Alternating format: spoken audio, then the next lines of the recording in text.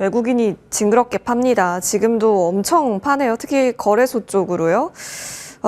선물 쪽에 있어서도 지금 순매도 포지션 나오고 있는 상황 속에서 뭘 이렇게 팔까요? 일단 그간 올랐었던 쪽도 있고, 그죠? 알테오젠, LIG 넥스원, 포스코홀딩스, 이건 이제 순매수 쪽입니다.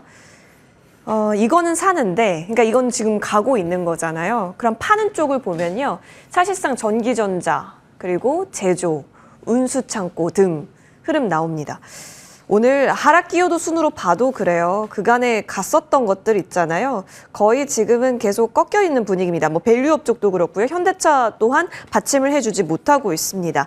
그래서 오늘 두 분과 함께 이제는 우리는 뭘 봐야 하는 걸까? 추석 연휴 전에 있어서의 전략 조금 더 날카롭게 세워보겠습니다. 루크투자연구소 임순재 대표, 차영주 MTN 전문위원 함께하겠습니다. 어서 오십시오. 안녕하십니까? 예, 반갑습니다. 자, 시장은 외국인이 왜 이렇게 파는 거고 무엇이 문제일까요? 일단 그 부분부터 한번 점검해 봅시다. 아무리 뭐 미국장에 있어서 어느 정도 들어줌이 나온다 뭐다라고 해도 국내 시장에서 지금 매출르기가 어렵습니다. 임순재 대표님, 지금 사실 엔화 쪽에 있어서 다시 엔화 강세 얘기 나오면서 엔캐리 트레이드 잊혀졌다가 다시 소환됐거든요. 여기에 더해서 내일이면 또 내마녀의 날이기도 합니다. 수급적인 변동 열어놓을 수밖에 없는 상황. 해리스 트럼프 트레이딩 관련해서 자금이 빠르게 이동하고 있는 것도 알겠는데 뭐가 이렇게 잘못했길래 쭉쭉 파는 걸까요? 일단 뭐 가장 큰 게 조금 전에 앵커님도 얘기했듯이 엔화가 지금 움직임이 좀 심상치 않다라고 보시면 될 것 같습니다. 지금 뭐 엔화가 지금 141엔대를 뭐 잠깐 깼다가 지금 다시 올라와 있는데 141엔대를 이제 깨면서 엔캐리 청산에 대한 우려가 지금 시장 전반적으로 좀 확대되고 있는 거 아닌가. 이에 따라서 외국인들이 대형주 중심으로 지금 국내 주식을 매도를 하면서 주가가 일단 좀 급락을 하고 있는 걸로 좀 보여집니다. 일단 뭐 엔캐리 자금이 어떻게 될지 뭐 정확히 뭐 보기에는 좀 아직까지는 좀 이르다라고 보이지만 만약 엔화 강세가 계속 이어진다라고 하게 되면 이런 엔캐리 자금에 대한 그런 우려감은 뭐 쉽게 가라앉지 않을 가능성이 상당히 좀 크다라고 보여지고요. 뭐 FOMC 다음 주에 이제 FOMC 회의가 예정이 되어 있는데 지금 뭐 기준금리를 뭐 25bp냐 50bp냐 인하에 대한 그런 얘기도 많은데 만약 기준금리를 진짜 50bp 낮춘다라고 하게 되면 이런 엔캐리 자금에 대한 그런 청산에 대한 부분이 다시 좀 붉어질 가능성도 있기 때문에 그런 점도 지금 증시 상황에서는 엔화의 움직임이 어떻게 움직일지 그런 부분에 좀 더 관심 있게 보셔야 되지 않을까라는 생각을 해보고 있습니다. 네네, 알겠습니다. 일단 시장 자체가 지금 사실 상승을 제한할 수밖에 없는 이슈들로 완전 가득 차 있다라고 보여집니다. 자, 그러면 이제 우리 차영주 위원님과도 얘기 나눠볼 텐데요. 위원님, 그냥 빨리 내일부터 쉬었으면 좋겠어요? 일단 조금 그러는 상황이 되겠죠. 어떻게 보면 지금 투자자들 모두에게 시간이 좀 필요한 것 같아요. 네. 그러니까 그 이해가 조금 어이없는 이해라도 어떻게 보면 맞는 거죠. 차라리 우리가 분명 요것만 넘기면 좋은 시절 올 것 같으면 차라리 자고 딱 일어났으면 그 시간이 왔으면 좋겠죠. 네네. 저도 거기엔 동의를 합니다. 왜 그러냐면 일단 지금 여러분들 글로벌 투자를 자금을 집행하는 입장에서 본다면 우리나라 지금 안 들어오고 있죠. 몇 가지 상황들을 보겠습니다. 일단 오늘 미국에서 대선 TV 토론이 있었습니다만 어느 누가 비교 우위에 있다라고 지금 얘기하기가 확실하지는 않은 거죠. 근데 단지 이제 그동안에 트럼프 쪽에 쏠렸던 것들이 해리스 쪽으로 쏠리면서 반작용이 저는 일어났다고 봐요. 그러니까 상반기에는 당연히 이제 바이든보다는 트럼프 전 대통령이 비교 우위에 있었다라면 이제는 거의 서로 하는 거죠. 최근에 나온 여론조사를 보게 된다라면 전체적으로 봤을 때는 트럼프가 앞섭니다. 그런데 경합주에서는 바이든이 앞섭니다. 죄송합니다. 반대네요. 전체적으로는 해리스가 앞섭니다. 근데 경합주에서는 트럼프가 앞섭니다. 이러니까 아직은 뒤치다거리는 거예요. 그러면 일단 지금 오늘도 우리는 그 상대적인 반작용으로 2차전지가 올라오고 있습니다만 어느 한쪽이 배팅하기가 어렵다라고 보는 거죠. 그러면 적극적으로 나서기가 지금 어려운 상황이다라고 말씀드릴 수가 있겠죠. 특히 이제 우리나라 같은 경우는 말씀하셨다시피 한 이틀 자고 나면 또 추석 연휴 기간이고 네. 추석 연휴와 맞물리는 목요일이 언제냐면 미국 금리 인하를 보고 우리가 출근하는 거죠. 그쵸. 그러니까 미국 금리 인하가 25bp가 됐던 50bp가 됐던 이런 어떤 지금도 불확실하잖아요. 그걸 보고 출근해야 되면 예. 갭으로 작용할 가능성이 있죠. 뭐 예를 들어서 만약 50bp, 뭐 극단적으로 이건 이해입니다. 75bp를 했다라고 그러면 갭 상승해버리면 그때 따라갈까요? 이게 상당히 어렵죠. 그렇죠. 그렇다고 해서 지금 IT를 버릴까? 하이슨 들어오잖아요. 인공지능 못 버리는 거죠. 그러고 있는 상황이다라고 보니까 지금은 정말 이게 어느 누구 하나 손들고 지금 이 주식을 삽시다라고 얘기할 수도 없는 거고 이걸 가져가기도 좀 애매한 상황이고 정말 앵커 자꾸 얘기하다 보니까 앵커님 말씀 맞다나 잠이나 좀 잤으면 그리고 눈 떠보면 차라리 추석 지나고 나서 금리 결정 보고 그러니까 지금 불확실성이 일단 금리 일단 뭐 내일 파생 만기 그죠? 미국의 또 금요일 날 옵션 만기 그다음에 목요일 날 금리, 네. 그다음에 지금 현재 쭉 가는 경합주들에 대한 대선 이런 불확실성이 있는 상태에서 선뜻 지금 나서기가 쉽지 않은 상황. 그렇다고 대안이 지금 현재 빅테크 7 외에 다른 게 있냐? 그게 없다 보니까 빅테크 중심으로 지금 현재 파생만 계속 이루어지면서 시장이 답답한 일희일비가 나타나고 있다. 이렇게 정리해드리면 될 것 같습니다. 네, 맞아요. 그러니까요. 이제 추석 다 연휴 잘 보내고 송편 잘 먹고 주식시장 9시 땡 했을 때는 이미 금리의 방향이 어느 정도 폭인지가 정해진 상황이잖아요. 그럼 지금 구간에서 포트를 어떤 섹터에 어떻게 비중을 만들어 놓고 그 연휴를 맞이해야 하는가의 관점에서 지금은 바라볼 수밖에 없겠습니다. 그러면 우리 임 대표님, 지금 외국인이 우리 시장에 다시 들어오려면 어떤 부분이 기회 요인으로 작용할 수는 있을까요? 일단 삼성전자 매도 리포트 영향이 컸던 건지 아니면 정말 별다르게 대한민국 주식을 살 만한 이유가 지금은 도통 찾아보기 어려운 구간인 걸까요? 일단 뭐 외국인 투자자 입장에서 본다라고 하게 되면 국내 증시에 대한 아직 뚜렷한 메리트를 느끼지 못한다라는 네. 게 좀 더 맞지 않을까 싶습니다. 뭐 기존에 뭐 국내에서 이제 가장 비중이 큰 게 지금 반도체 관련된 업체들이다라고 보시면 되는데요. 미국에서 이제 AI 관련된 반도체 업체들이 전반적으로 쉬어가고 있는 그런 상황입니다. 특히 뭐 AI에 대한 투자가 과연 지속이 될 것이냐라는 의구심이 계속 좀 커지고 있는 그런 상황이다 보니까 이런 연장선에서 국내 반도체주도 그런 묶임에 같이 이제 맞물려서 외국인들이 일단은 지금 관망을 하고 있다라고 보시는 게 좀 더 맞지 않을까 싶고요. 뭐 시장 전체적으로 또 여전히 엔캐리에 대한 그런 부분도 남아 있는 거고, 그다음에 미국의 경기 침체에 대한 그런 우려감도 뭐 많이 희석이 됐겠지만 그런 부분이 여전히 남아 있다라고 보시면 될 것 같습니다. 여기에 이제 과거 예를 보더라도 지금 9월, 10월 달에 그렇게 주식이 좋지 못하다라는, 그러니까 주식 수익률이 이렇게 높지 못했다라는 그 전력이 있기 때문에 일단은 이 기간 동안은 조금 소강 상태, 그리고 어떻게 보면 관망 형태의 그런 움직임이 좀 더 강하게 이제 미쳐지면서 국내 증시 전체적으로 지금 매수 주체가 뚜렷하게 있지 않은 상황에서 외국인들의 이런 매도세가 이어지면서 전반적인 지수가 좀 큰 폭으로 좀 밀리고 있는 거 아닌가라는 생각을 해보고 있습니다. 네. 이 가운데 그러면 지금 시장의 수급은 어디를 향해 가고 있을까요? 같이 점검하면서요. 물론 그냥 내일부터 자고 싶고 쉬고 싶은 장이더라도 저희는 저희의 일을 해야죠. 보겠습니다. 외국인이 그럼에도 불구하고 들어가는 쪽, 오늘 큰 폭의 상승이 보였던 삼성 SDI, 그리고 이제 CB 관련한 이슈가 있었는데 오전장에 조금 더 불을 뿜었죠. 알테오젠, 그리고 오늘 방산주 가운데서 가장 끌고 가는 LRG 넥스원, 포스코홀딩스, 아모레퍼시픽 수출 데이터도 잘 나왔었는데 여러 가지가 보여집니다. 근데 그 가운데 사실 반도체 안 보이고요. 오히려 2차 전지단이 눈에 보이고 있다는 겁니다. 이 부분부터 점검해 보겠습니다. 자, 차 의원님. 오늘 사실 반도체도 조금 힘들고 바이오는 오히려 후보 토론회를 기점으로 약간 빠지게 되면서 2차 전지로 수급이 완전히 모였습니다.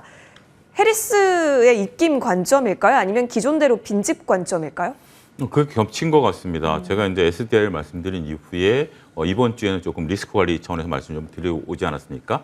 근데 저는 여전히 그 관점입니다. 왜냐하면 오늘 올라간 것이 현재 지금 뭐 뚜렷하게 어떤 뭐 빈집, 그러니까 제가 처음에 봤었던 것이 요 며칠 쉬었다가 다시 온 걸 수도 있어요. 빈집 개념에다가 그다음에 이제 수급이 들어오면서 끌어주는 거. 제가 바랬던 것을 제가 이틀 동안 못 참았을 수도 있겠죠. 근데 이제 여기에 또 들어오는 것들이 지금 이제 해리스에 대한 어떤 국내 투자자분들의 어떤 비교 우위 이런 얘기들이 나옵니다. 자, 여러분들 대선은 종합 예술입니다. 아직 이제 선거인단들이 도장 찍지도 않았어요. 그런데 지금 TV 토론이 이제 거의 마지막일 가능성이 있는 상태에서 이거 하나 가지고 해리스가 이겼다, 트럼프가 이겼다라고 단정 짓기에는 너무 섣부릅니다. 어떻게 보면 트럼프 전 대통령이 조금 뭐 이렇게 굉장히 공격적이고 그다음에 비이성적인 행동을 한 것에 대해서 좀 일부 비판적으로 보시는 분들이 있는데 그 계산된 행동이지 않을까요?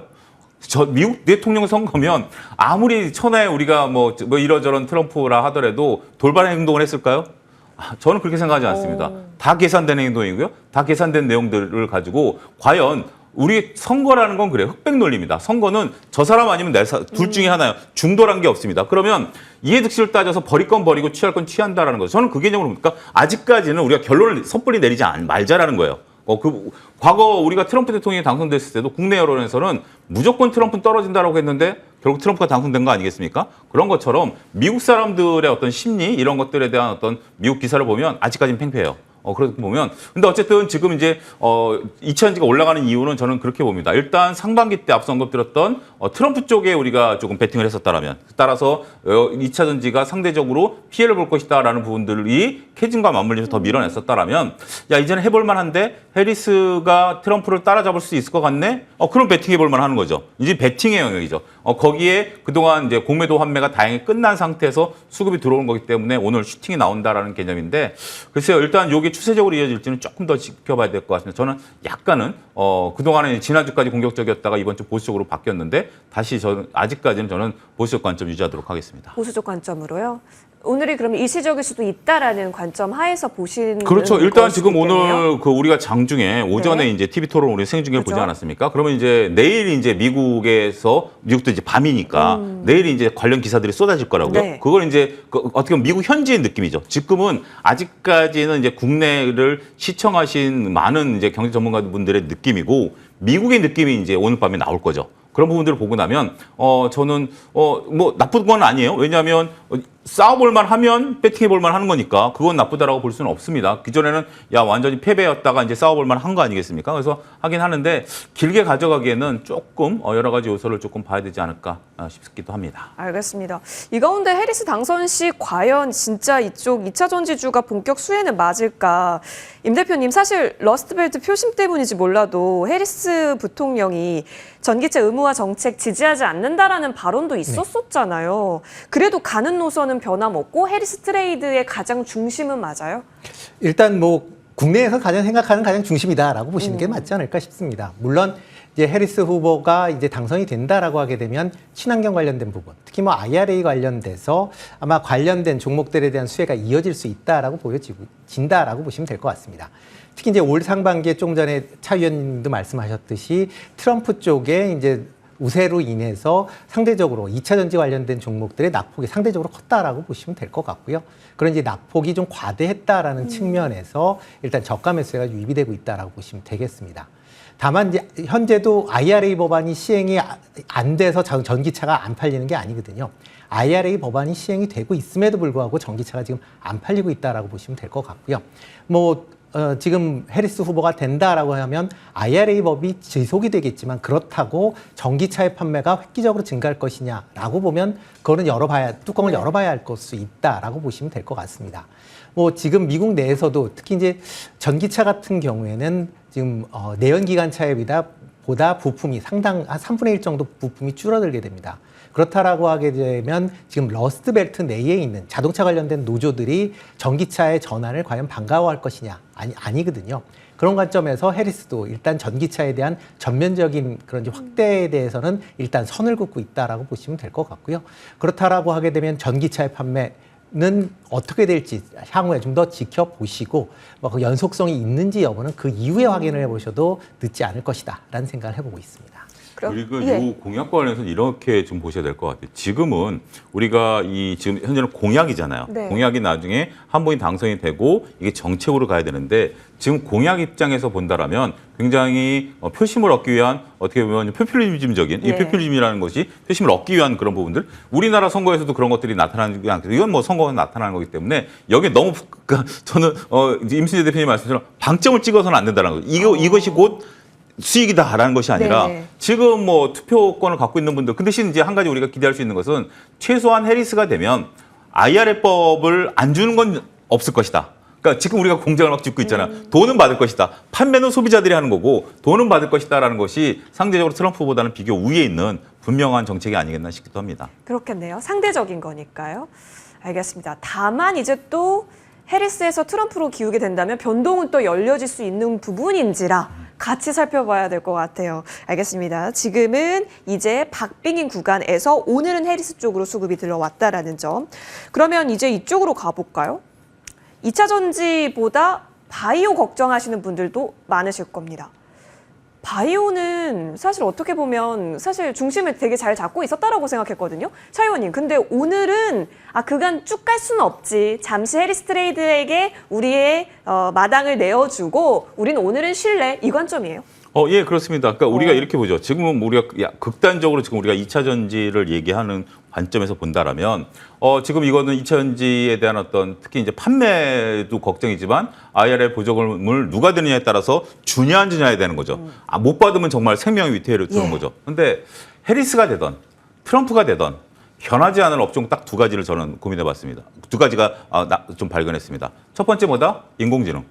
인공지능은 누가 되든지 간에 투자를 해야 되겠죠. 중요하죠. 오늘 뭐 하이닉스의 강세 충분히 가는 겁니다. 또 한 가지 뭐죠? 생물보안법. 따라서 지금 오늘 조정을 받는다 그래서 여러분들 걱정하실 필요는 저는 없다라고 봐요. 누가 되든지 간에 지금 특히 이제 지금 바이든 대통령 지금 상황에서 지금 현재 여야가 이제 아직 이제 하원에 통과했고 이제 상원 통과해야 되는데 그건 뭐 충분히 통과할 것으로 보여 중을 때린 거 아니겠습니까? 네. 이거는 미국 안보와 관련된 겁니다. 미국의 특징이 뭐냐면 공화당과 민주당이 어느 누가 대통령이 되든지 간에 안보 문제가 걸리면 이거는 여야가 없습니다. 그거는 단호한 거죠. 자, 반도체 주권 못 내줍니다. 그 생물 주권 못 내줍니다. 그렇기 때문에 저는 오히려 지금 여러분, 그러니까 다른 쪽 누가 되느냐에 따라서 수혜와 피해를 본다라는 것은 아직까지는 베팅의 영역이다라면 네. 투자의 영역으로 간다라면 인공지능과 바이오는 밀릴 때마다 모아가는 전략 굉장히 유효하지 않을까. 이거는 금리 인하와도 상관이 없고 인하 폭과도 상관없고요, 경기와도 상관없고요, 그다음에 누가 되는지와도 상관없는 그렇게 보셔야 되는 것이 타당하지 않을까 싶습니다. 그렇겠네요. 베팅의 영역이면 뭐 2차 전지냐, 전기차냐, 신재생이냐 이쪽을 논해야 하지만 실질적인 투자의 영역이다라고 한다면 완전히 여야 없는 쪽, 바로 AI 그리고 또 하나는 생물보안법 관련한 얘기다. 그럼 이쪽으로는 조정받을 때 계속된 기회가 될 수도 있어 보입니다. 그 관련해서 그렇다면 순환매 속의 비만 치료제는 계속 가더라라는 부분입니다. 임 대표님은 이 비만 쪽에 있어서 어느 정도의 이런 실체가 조금씩 붙고 있잖아요. 기술 이전이라는 단어도 이제 비만 쪽에서 많이 붙고 있고요. 또 유증 이슈로 많이 좀 꺾였던 펩트론이 오늘은 또 치고 가는 모습을 보면서 비만을 계속 끌고 가려는 시장의 분위기가 오늘 느껴졌거든요. 그러면 앞으로 쭉 잘 봐야겠네요. 일단 뭐 비만 치료제에 관련돼서는 뭐 여러 회사들이 이제 기술 개발을 하고 있는 그런 상황인 건 맞습니다. 그렇지만 이제 지금 현재 나와 있는 걸로 보면 이제 글로벌 두 회사가 지금 시장을 다 장악을 하고 있다라고 보시면 될 것 같고요. 그런 이제 두 회사가 국내에 뭐 판매를 할 것이다라는 그런 얘기들이 나오면서 비만 치료제 관련 종목, 특히 이제 그런 기업들을 유통하는 기업들이 좀 주가가 강한 그런 흐름세를 좀 이어가고 있습니다. 뭐 비만 치료제 자체는 이제 향후에 뭐 거의 지금 요즘에 뭐 처방을 보면 거의 만병통치가 될 만큼 다양한 그런 이제 질환에 지금 뭐 처방이 될 걸로 그렇게 보여지면 그만큼 이제 시장은 확대가 될 것이다라는 건 뭐 자명한 그런 사실입니다. 그렇지만 과연 이제 국내 업체들 입장에서 보면 그걸 바로 이제 시장에 들어올 수 있겠느냐라고 보면 현재 가장 빠르게 지금 비만 치료제를 만들고 있다라고 하는 한미약품 같은 경우도 2027년도에 상용화를 얘기를 하고 있습니다. 그렇기 때문에 이런 비만 치료제를 직접적으로 만드는 회사들보다는 이런 이제 비만 치료제와 관련돼서 해외 빅파마에 기술 수출할 수 있는 그 관련 기술을 수출할 수 있는 기업 쪽에 좀 더 관심을 가지셔야 되지 않을까라는 생각을 해보고 있고요. 뭐 오늘같이 이제 펩트론 같은 경우도 지금 장기 지속형 이제 관련된 기술 때문에 계속 시장에 좀 주목을 받았다가 지금 유증 이슈 때문에 좀 오랫동안 좀 주가가 좀 쉬어가는 그런 모습을 보이다가 오늘 좀 다시 움직이고 있다라고 보시면 될 것 같고요. 이런 비만 치료제 관련된 부분은 아마 단기적인 이슈로는 뭐 충분히 움직일 가능성은 있지만 아마 장기적으로 보기에는 아직까지는 조금 이른 시점은 있다라고 생각을 합니다.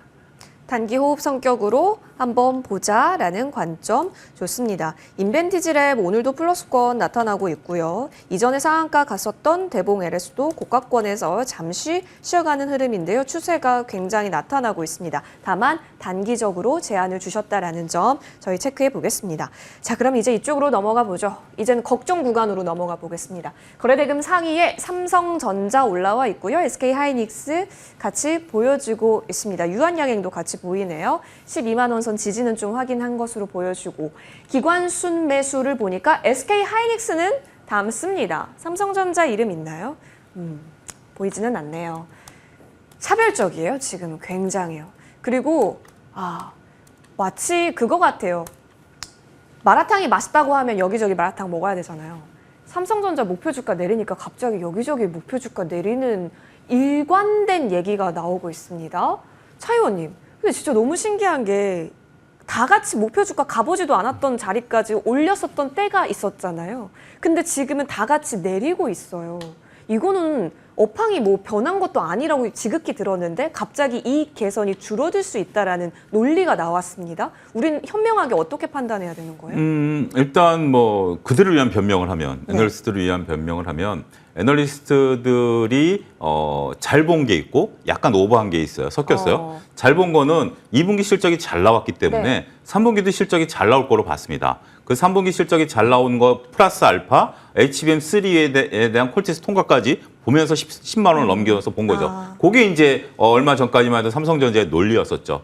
자, 지금 논리를 보게 된다면 안타깝게 삼성전자가 그렇게 온 국민이 염원하던 퀄테스트 통과를 못하고 3를 오히려 저가형으로 내보내는 그런 것을 했죠. 그러다 보니까 많은 분들이 실망을 한 거예요. 그래도 우리 천하의 삼성인데 이걸 저도 이제 막 그런 걸 하면 댓글로 천하의 삼성인데 그래야 우리나라가 사는 거 아니에요? 우리나라를 위해서라도 삼성전자가 되는 걸 응원해야 되는 거 아니에요? 뭐 그런 댓글들이 있었어요. 근데 아직까지 못 해냈다라는 것이 알파가 사라졌다라는 거. 그런데 이건 아무도 예측 못했었는데 디램 가격이 갑자기 꺾여버린 겁니다.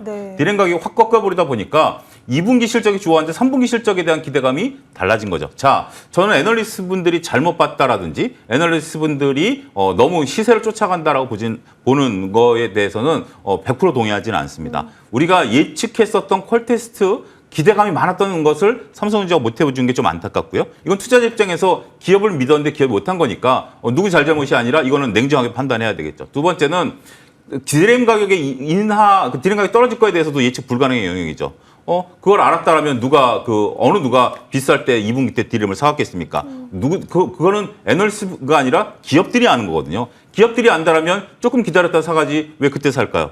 저도 뭐 맨날 먹는 빵값이지만 떨어진다라면 하루 이틀 참고 먹을 수도 있거든요. 아무도 모르는 거예요. 그래서 일단 애널리스트 분들이 전 잘 보고 있다라고 봐요. 잘 보고 있는데 안타깝게도 삼성전자가 지금 넘어야 될 부분들이 있어요. 첫 번째, 지금 삼성전자가 일단 먼저 그 HBM 콜테스트 통과 첫 번째. 그 다음에 이제 D램에 대한 재고에 대한 해소.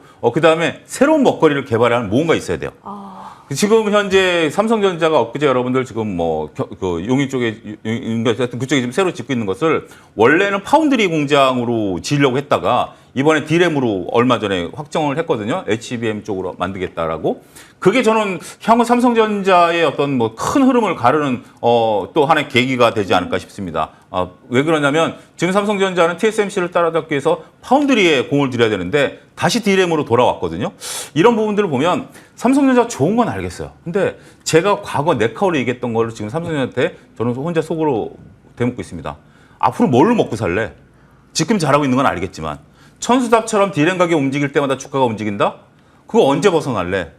요에 대한 답을 냉정하게 우리나라 기업이고 정말 삼성전자 잘 돼야 우리나라 올라가는 건 알겠습니다만 투자자 입장에서 삼성전자가 그 답을 줄 때까지는 저는 아직 적극적으로 여러분들에게 매수 추천을 드리기 좀 어렵다 이렇게 말씀드리도록 하겠습니다. SK하이닉스는 괜찮아요? 그러면 SK하이닉스는 지금 HBM으로 돈 벌고 있잖아요. 그쵸. 제가 꾸준히 이번 주 내내 말씀드린 게 차별화된다.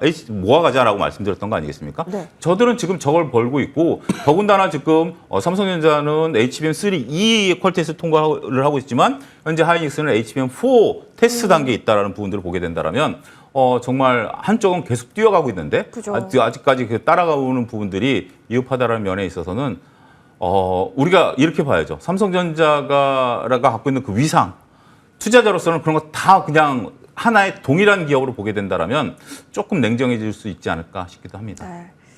삼성전자는 지금 매도 상위 창구예요. 거의 대부분 외국계입니다. JP모간, 메릴린치, CLSA 등등 계속 잔뜩 쌓여 있네요. 외국계 매도 물량이요. 오늘 전기전자 쪽, 특히 삼성전자로 외국인 매물출에 집중적으로 되고 있는 구간에서 지금 당장 어떻게 하려고 하지 말자가 키일 것 같아요. 삼성전자가 줄 수 있는 메시지 확인하고 대응해도 늦지 않아 보입니다. 반면 SK하이닉스는 로드맵대로, HBM 로드맵대로 탄탄하게 잘 가고 있기 때문에 삼성전자 대비해서 지지를 예쁘게 받아가고 있다까지 정리드릴 수 있겠습니다. 그럼 반도체는 지금 완전 울상인 거예요, 임순재 대표님. 지금 저희 9월에는 아예 반도체는 안 봐야지 되는 건가요?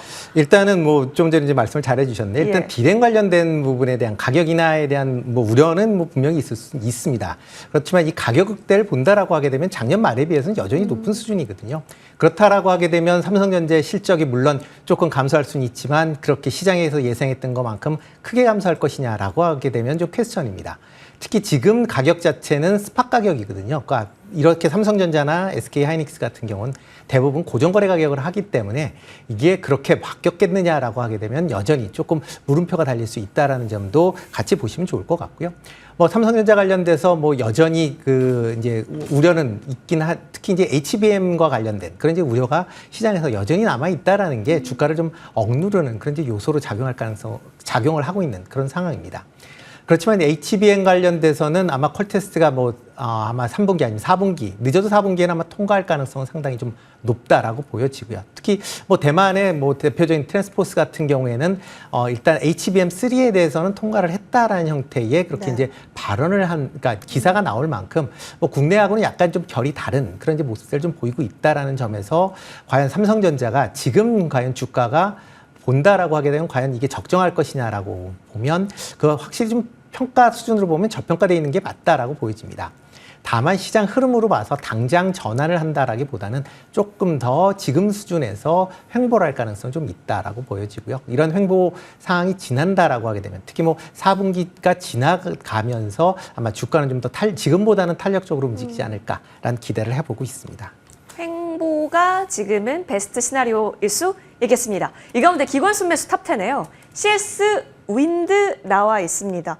사실 일회성 요인일지라도 실적 잘 나오게 되면서 그때부터 한번 수급 들어왔거든요. 다시 조정받다가 오늘 강하게 치고 올라가니까 궁금해집니다. 차 의원님, 저희 얘기하는 동안요. 삼성 SDI가 고점 돌파를 시도하면서 지금 10% 올라갑니다. 근데 이게 오늘로서의 움직임이라고 보면 여기도 마찬가지예요. 신재생 또한 마찬가지예요. 여기도 베팅적 성격인 거잖아요. 투자의 성격이라고 쳐줄 수 있어요? 일단 아직까지 예단하기 좀 어려울 것 같습니다. 굉장히 좀 강하게 좀 들어오고 있죠. 예. 강하게 들어오고 있고 하지만 이 차트상 안정적이진 않죠. 왜냐하면 오늘 양봉인데 아직 이제 내일 여기서 이제 꼬리를 달기 시작하면 왜냐하면 저항대가 있기 때문에 차트를 여러분들 잘 보시면 삼성 SDI나 CS윈드나 차트가 불안해 보이는 차트입니다. 저거를 확인하는 건 언제다? 지금 우리가 이제 월화수 빼고 나면 다음 주 한 일주일 지나고 다음 주 목금에 고점보다 위에 있어야 돼요. 고점보다 위에 있어요. 지금 고점에 저항 당연히 나옵니다. 왜냐하면 자 오늘 밑에 사신 분들, 어제 사신 분들 입장에서 보면 야, 이틀 만에 10%야 이장에 라고 한다면 충분히 조금만 흔들 때마다 매물이 나올 가능성이 높죠. 네. 아무리 뭐 이게 업황이 좋아진다 하더라도 그 매물이 분명 나올 거고 직전 고점에 물렸던 분들 한 일주일 전에 하셨던 분들 물렸던 물량들 동시에 나올 겁니다. 그걸 받아내주느냐가 관건이에요. 일단 지금은 고점을 돌파할 때 그 물량 두 가지가 나올 겁니다. 밑에서 거둔 단기성 물량, 그다음에 일주일 전 물량이 동시에 쏟아지기 때문에 네. 이건 오래된 물량이 아니죠. 언제든지 지금 불확실하면 쏟아 나올 거기 때문에 그걸 견뎌내느냐? 이럴 때 지금 현재 차트를 보는 관점은 뭐죠? 고점 돌파했을 때 매수죠. 그런 관점에서 보면. 근데 어쨌든 둘 다 나쁜 기업은 아닌 것 같아요. 저도 SDI도 그렇고 CS윈드 같은 경우도 지금 현재 글로벌 매출이 늘어나고 있는 상황이고 정책적인 부분에 있어서 플러스 알파를 받는 것이지 신재생 에너지에 대한 대세 흐름은 트럼프가 된다 하더라도 바꾸긴 쉽지는 않을 것 같아요. 그런 부분들을 보게 된다. 그리고 또 유럽 쪽 투자가 많아지고 있고 그다음에 동남아 투자도 많아지고 있는 상황 이런 부분들을 보게 된다라면 일단 조금 서두를 거 없고 긍정적으로 일단 보고 일단 고점에서 물량을 어떻게 소화하는지 그거를 보는 것이 관건이 되지 않을까 싶습니다. 차라리 전에 만든 매물대 뛰어넘고 치고 가는지 확인하면서 포지션 잡는 거 CS윈드 정리해 주셨습니다. 그게 더 깔끔하겠다. 거래대금 상위 보니까요. 일단은 찌릿찌릿 오늘 얘기 안 나눠볼 수가 없겠습니다. HD 현대일렉트릭 보입니다. 제일일렉트릭도 있고요. 임순재 대표님, 와, LS 일렉트릭은 사실 안 가요, 덜 가요. HD 현대일렉트릭으로 완전히 쏘였어요. 일단 10일치잖아요. 10일치인데 몇 개월치 이상이더라고요. 그 변압기 수출 데이터 보니까요. 네, 그렇죠. 그러니까 그만큼 이제 그 변압기 관련된 수출 데이터가 이제 좋게 나온다라는 게 어떻게 보면 주가를 이제 긍정적으로 이제 만들고 있다라고 보시는 게 맞지 않을까 싶습니다. 그러니까 이렇게 시장이 불안함에 이제 떨고 있을 때는 가장 중요한 게 기업들의 실적이다라고 보시면 될 것 같고요. 이런 실적 데이터에 대한 어느 정도의 믿음이 있는 그런 종목들 같은 경우에는 이런 조정을 받을 때 전체적으로 좀 관심 있게 좀 보셔도 뭐 충분히 가능하지 않을까라는 생각을 해보고 있습니다. 뭐 특히 뭐 최근 들어 이제 이런 전력기기 관련된 부분은 국내뿐 뭐 미국뿐만 아니라 유럽 아니면 중동 지역도 계속 지금 변압기에 대한 수요가 증가하고 있다라고 보시면 될 것 같고요. 이런 이제 변압기의 수요가 증가한다라고 하게 되면 이런 이제 관련된 기업들의 실적이 좋아질 수밖에 없습니다. 특히 이제 전력 사용량이 증가한다라고 하게 되면 물론 발전에 대한 부분도 생각해 볼 수 있지만 발전보다는 이걸 어떻게 효율적으로 이제 옮길 수 있는 그런 이제 문제가 좀 더 단기적으로 부각이 될 수밖에 없고 그런 관점에서 본다라고 하게 되면 변압기 관련된 종목들도 여전히 관심 있게 좀 보셔야 되지 않을까라는 생각을 해보고 있습니다. 오늘 이후로 추가 움직임 잘 만들어낼지 같이 보겠습니다. 오늘 두 분과 함께했고요. 여기서 보내드리겠습니다. 나와주셔서 고맙습니다. 네.